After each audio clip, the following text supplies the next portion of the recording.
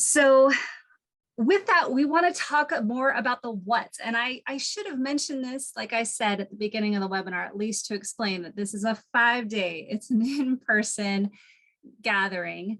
But we want to flesh that out a little bit more. And so at Thrive, we have 4 different track options. Now, this is one of the questions we get a lot. Do I go through all tracks? No. Each time that you come each year, you will pick one track that you go through. So we're going to talk through, we have track 1, track 2, track 3, and the flex track. And if you were new to the Thrive Premier training, you would start with either track 1 or the flex track. And we'll explain a little bit more about how you would decide which one. But Chris, can you just give us a brief introduction on track 1 where we are growing joy?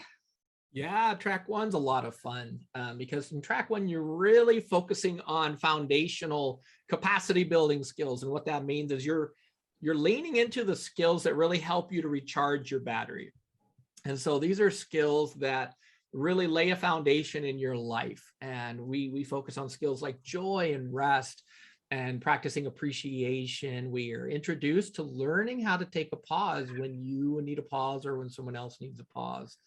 And we're practicing finding God's peace and God's presence with us. And we do a lot of variations in track 1 on how to learn these skills, but then how do I combine these skills in some really fun ways.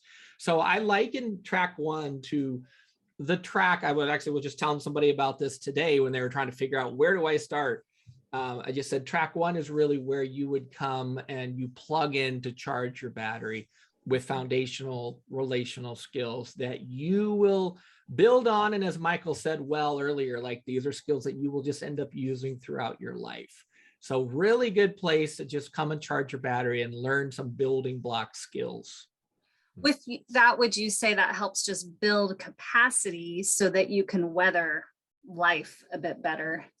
Yeah, definitely. Yeah, this is the anchor for the storms right here. So this is what really helps you to stay your relational self in the midst of hard stuff. And so you're kind of building this capacity, this emotional, spiritual capacity that prepares you for what happens with Michael and Claudia in track 2 that I know we're going to talk about. That was a great intro. Yeah, you perfect. Want me to dive right on? Go ahead and dive right in. Track 2. So track 2 really does build on the capacity that you're building in track 1 to be able to build joy and to learn how to quiet yourselves and then notice that in others and help others do the same. And then in track 2, we really build on resilience, which is our ability to stay relational and act like ourselves in big emotions. So track 2 really helps us where we need it the most, which is when our emotions get really big, because that's where we tend to fall apart in life. You know, we stop being relational, we stop being kind, maybe we're not humble or compassionate. You know, when we get stuck in big emotions, that's when we're most likely to be really quick to speak and slow to listen, which is basically the opposite that James tells us to do. He tells us to be, slow to speak and quick to listen. And then we say things where later we think, why did I just say that? What was I thinking? It's kind of these mysteries of our behavior that we wonder why we did these things. They're often tracked back to some simple missing relational skills and some pathways between emotions and our joy center that they can be learned with a little bit of work and a little bit of practice. And we'll be working that pathway a lot between these 6 big emotions in our joy center. You'll be taking little trips through a practice we call 4+ stories and building that pathway so that allows you to have greater and greater capacity in big emotions. And but this has the ability not just to change your own life, but this can bring literally a global change to our country, to our world. Imagine if every high schooler that graduated, from high school from your church, let's say, knew how to recover well, had high capacity in the big 6 emotions to stay themselves and return to joy when they did lose it and return to joy quickly. Imagine what our world would be like after a generation of kids that knew how to do that at that age. Yeah. I didn't when I was 18 years old. So this really has, the ability to literally change the course of the world. So to me, that's exciting. Yeah. Absolutely. Yeah, you think about all the challenges, so many of the challenges we have in our world really come back to an inability to manage what we feel, and an inability to stay relational, have actually have productive conversations when we experience these big emotions. So I love what you're saying. And it reminds me too that how intentional each of these tracks has been developed. A lot of thought, intention, and strategy goes into the formulation of these tracks and what everybody's doing in them, which is really cool. So Chris, track 3. So talk to us about this one. Yeah, track 3 is kind of the top of the mountain. So you need every bit of your track 1 capacity and your track 2 skills for Michael and Claudia, because in track 3, we really focus on the keys to helping us get unstuck in our pain. And so one of the things we know from the life model is the brain can get stuck at any of 5 levels of processing. And there's a certain indicator of what it looks like when my brain is kind of locked in at one of these levels. So you learn to recognize what are those signs and those symptoms, so to speak, of, wow, I'm stuck here. And more importantly, you then learn solutions for that pain.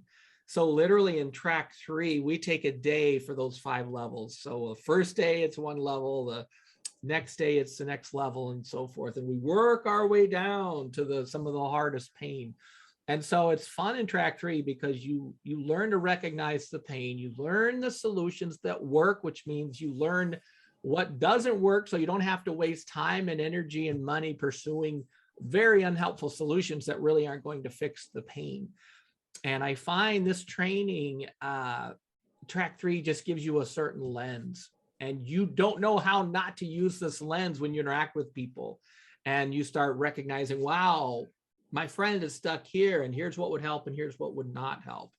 So it is a steep climb. This is a hard track, but you know what? You're ready for it after you've done track 1 and track 2. You're ready for that climb, and it's a very rewarding climb. Very cool.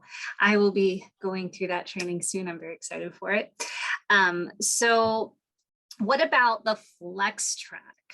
Talk to us about that a little bit, Chris. Yeah, the flex track is really one of the newest tracks. Jim Wilder had this vision that we needed a track that really started training some of these group skills, because the other tracks really focus on like bonded pair skills. And so we came up with the flex track, which really touches on all the skills in some capacity with specific focus topics as well. So what's fun about the flex track is it really gives you the opportunity to practice with small groups.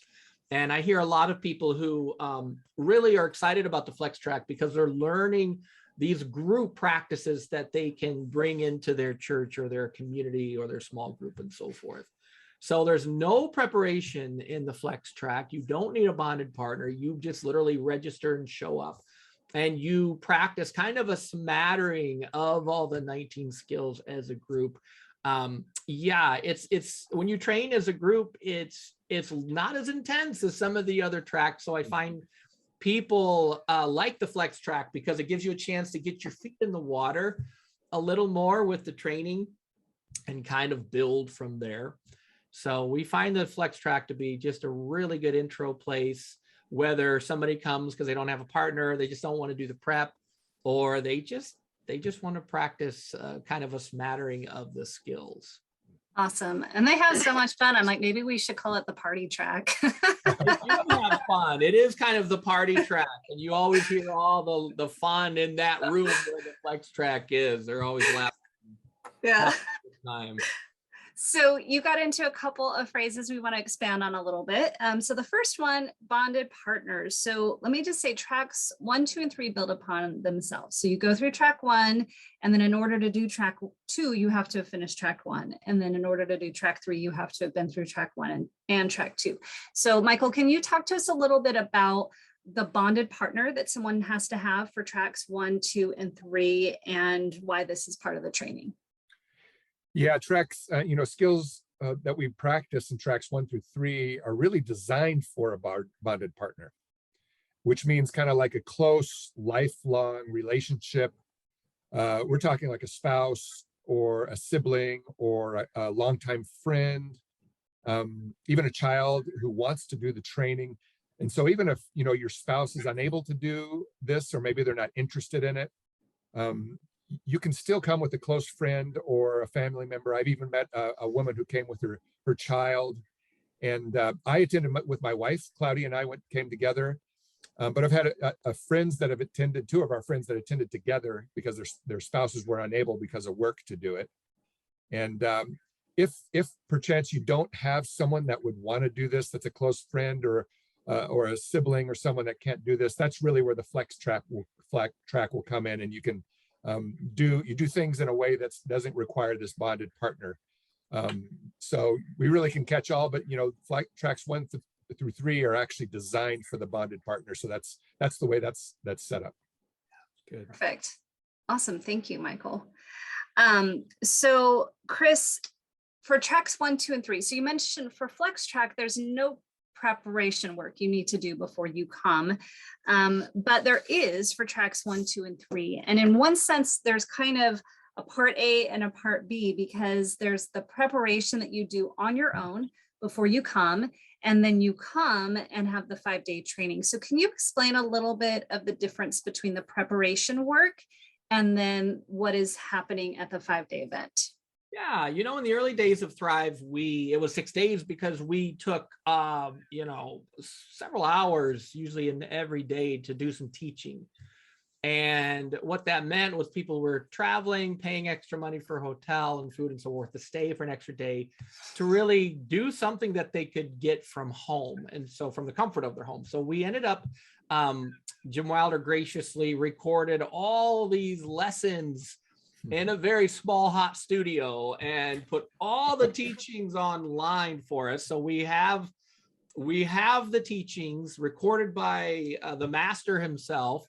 And then I created coursework so how do I apply this content? How do I learn some of these, how do I apply this to my life or my relationships and so forth? And so we have some online courses and some books that really help to give you the theory before you come to Thrive and really do the practice. And so we like to say that the prep is really the classroom, Thrive is really the lab, and there's a little bit of coaching as we're able with the exercises. So you're getting some of that, but really it helps to get a lot of that content that you can do from home, even do with your small group if you like, but then you come to Thrive and you have that information loaded as you just really focus on practicing, which is really good. So we found that goes much better for people to get some of that done before they come to the training.